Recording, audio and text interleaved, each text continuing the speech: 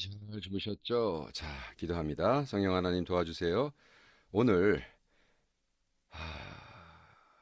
5월 20일 수요일 우리 히브리서 갖고 2장 10절부터 18절 말씀 묵상합니다. 도와주세요. 자비로우신 우리의 형제이시며 대제사장이신 예수님, 할렐루야. 이 말씀 붙잡고 오늘도 승리하는 무사히 십자가를 지고 영광 돌리는 하루 되도록 도와주시옵소서. 감사하며 예수님의 이름으로 기도합니다. 아멘. 제가 마이크를 잘못 셋업했는지 제가 했던 녹음이 별로 안 들어간 것 같아. 더욱이 그 북톡을 했는데 잘 안 들은 것 같아서 마이크에 맞착되고 하고 있습니다. 지금. 자, 오늘 챕터 2, 3죠.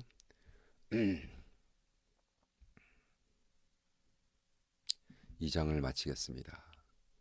오늘은 이 브리안 스탠더 성경을 쭉 굉장히 길어요. 그래서 오늘 한 번만 읽을게요. 많은 아들들을 영광으로 이끄시는 일에 있어서 만물이 그를 위하여 또 그를 통하여 존재하는 하나님께 그들의 구원의 창시자를 고난을 통하여 온전하게 하시는 것을 합당한 일이었습니다. 거룩하게 하시는 분과 거룩하게 됨을 받는 사람들은 모두 같은 가족에게 속합니다. 그러므로 예수께서는 그들을 형제라 부르시기를 부끄러워하지 아니하십니다. 그는 말씀하십니다. 내가 내 형제들에게 주의 이름을 선포하겠으며 회중 가운데 주를 찬양하리라. 또다시 나는 그를 신뢰하리라. 그리고 또다시 보라, 나와 하나님께 내게 주신 자녀들이 여기 있다. 이제 자녀들이 혈과 육을 가졌으므로 그도 또한 그들의 인성에 함께 참여하셨습니다. 이는 그가 죽음을 통하여 죽음의 권세를 잡은 자, 곧 마귀를 멸하시고 죽음에 대한 두려움이나 말미암아 평생 종노릇하던 자들을 자유롭게 하시려는 것이었습니다. 참으로 그가 도우시는 것은 천사들이 아니라 아브라함의 자손입니다. 이런 이유로 그는 모든 면에서 그의 형제들과 같이 되셔야 했습니다. 이는 하나님을 섬기는 일에 있어서 자비롭고 신실한 대제사장이 되셔서 백성의 죄를 속죄하셨기 위함입니다. 그가 친히 시험 받을 수 있고 고난을 당하셨으므로 시험 받는 자들을 도울 수 있습니다. 아멘. 와, 여기서 이제 헬라어를 쭉 보면요, 호모 오데나에, 그래서 호모, 그래서 우리 뭐 호모 세이피안과 닮은 뭐 이런 얘기잖아요. 그래서 여기서 호모 세이피안 뭐 비슷하게 그건 뭐예요? 스트롱 부정사, 닮다, 비교하다. 그래서 인간의 하나님이 인간과 닮게 태어났다는 거죠. 테나이, 에스닉 할 때 하는 단어, 그죠? brothers 똑같습니다. 헬라어를 쭉 보다 오늘은 상호 참조 구조를 제가 쭉 묵상하겠습니다. 무지 많아요. 근데 사실은 뭐 주석 쓰면서 하나님 말씀은 하나님 말씀으로 해석하라, 이제 이런 말이 있잖아요. 그래서 중요한 거는 뭐 내가 하는 생각이 아니라 하나님 말씀 어떤 말씀하고 계신가. 제가 사실 히브리서 이거는 캄보디아 했었기 때문에 방질 목사님 성경 구절을 응용을 못했어요. 그리고 제가 방질 목사님 주석을 많이 번역을 했는데 이제부터 시간적으로도 그렇고 제가 다른 방질 목사님은 이제 오히려 정리를 해서 제가 선교학적으로 신학적으로 오히려 방질 목사님 신학을 가지고 책을 쓰는 게 더 빠를 것 같아요. 그래서 일단 그냥 번역하는 거는 이제 중단했고요.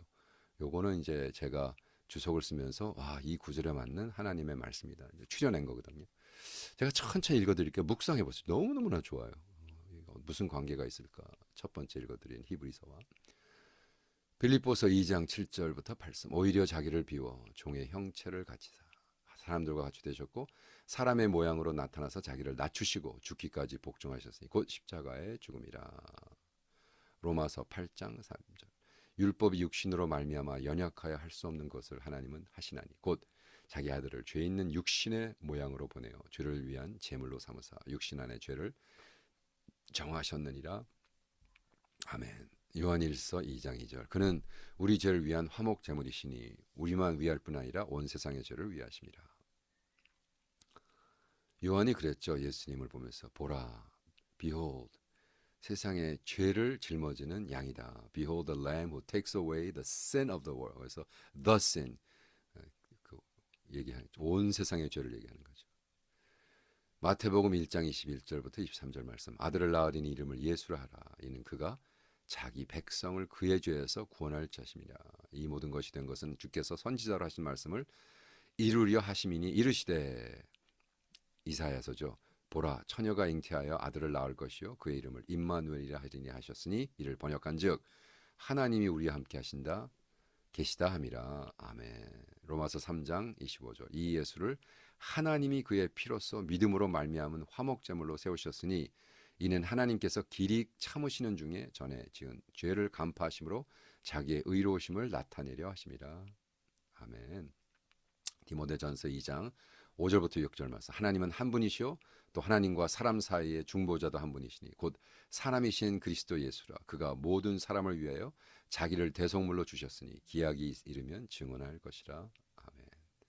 고린도후서 5장 21절. 하나님이 죄를 알지도 못하신 이를 우리를 대신하여 죄로 삼으신 것은 우리가 그 안에서 하나님의 의가 되게 하려 하심이라. 아멘. 자, 케임브리지 커멘터리는 뭐라고 쓰고 있느냐? 이 본문은 왜 그리스도께서 많은 아들들을 영광으로 이끄시기 위하여 고난을 받으신 것이 합당한지를 보여줍니다. 그의 고난은 흠이나 패배가 아니라 그가 구원의 창시자여 선구자로서 온전하게 하시는 도덕적으로 합당한 길이었습니다. 그의 인간의 연약함과 고난 안으로 완전히 들어오심으로써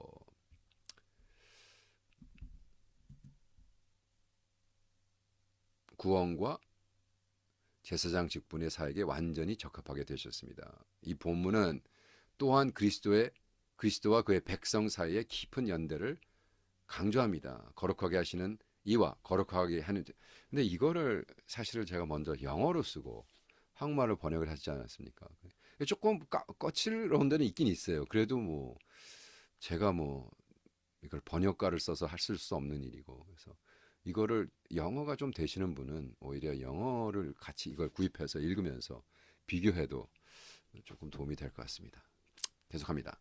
이 본문은 또한 그리스도와 그의 백성 사이의 깊은 연대를 강조합니다. 거룩하게 하시는 이와 거룩하게 됨을 받는 이들이 모두 하나라는 것은 그들이 하나님의 목적 안에서 공통된 근원을 가진다는 뜻입니다. 이 연합 때문에 그리스도는 믿는 자들을 자기 형제라 자매라 부르기를 부끄러워하지 않으십니다. 여기서 영어로 brethren이라는 건 형제 자매를 얘기하거든요. 그죠? 구약 인용은 메시아께서 자기 백성 가운데 계시고 그들처럼 하나님을 신뢰하시며 하나님께서 그에게 주신 자녀들과 자신을 동일시한다는 것을 보여줍니다. 마지막으로 히브리서 2장 이 말씀은 왜 그리스도께서 참으로 혈과 육을 취하셔야 했는지를 설명합니다. 그는 완전한 인간이 되셔서 죽음을 통하여 마귀의 권세를 무너뜨리시고 죽음에 대한 두려움이 얽매인 자들을 자유롭게 하시며 자비롭고 신실한 대제사장이 되셨습니다. 그의 성육신은 천사들을 위한 것이 아니라 아브라함의 자손을 위한 것이고 그 자신이 고난을 향하여 시험을 받으셨기 때문에 시험받는 자들을 도우실 수 있습니다. 핵심은 이것입니다. 그리스도는 죽음을 이기시고 죄를 깨끗하게 하며 우리의 완전한 대제사장으로서 긍휼로 도우심이 위하여 인류와 완전히 하나가 되었습니다. 제가 지금 자살 방지용에 대한 책과 노래를 지금 쓰고 엄청나게 쓰고 있는데요. 책도 뭐 이제는 거의 뭐 많이 썼죠. 한 4-5권 썼나? 그리고 자살 방지용에 대한 노래도 한 50개 정도 노래를 썼는데 빌립보서 1장 21절 말씀 내게 사는 것이 그리스도니 죽는 것도 유익하다. 그러면 죽는 것도 유익하대. 자살할까? 그 얘기가 아니지 않습니까? 그죠? 그래서 그 자살을 왜 하냐? 지금 평생 주를 위해 일하고 그 다음에 죽어도 내가 주를 위해 일한 것 때문에 유익한데, 그죠? 이런 이야기. 그 사도 바울이 예수 믿자마자 쓴 그 글이 아니잖아요. 빌립보서는 다 하고 열심히 하고, 야 내가 이제는 가도 조금도 부끄러움 없이 천국에 많은 것을 쌓았지만 멸류관 그러나 너희들 위해서 남는다. 내게 사는 것도 그리스도고 얼마나 좋냐.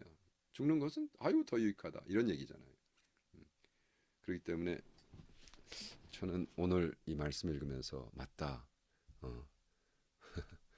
하나님의 말씀은 맞다. 이런 생각을 다시 한번 해봅니다. 그래서 자, 매일 복음 묵상 하겠습니다.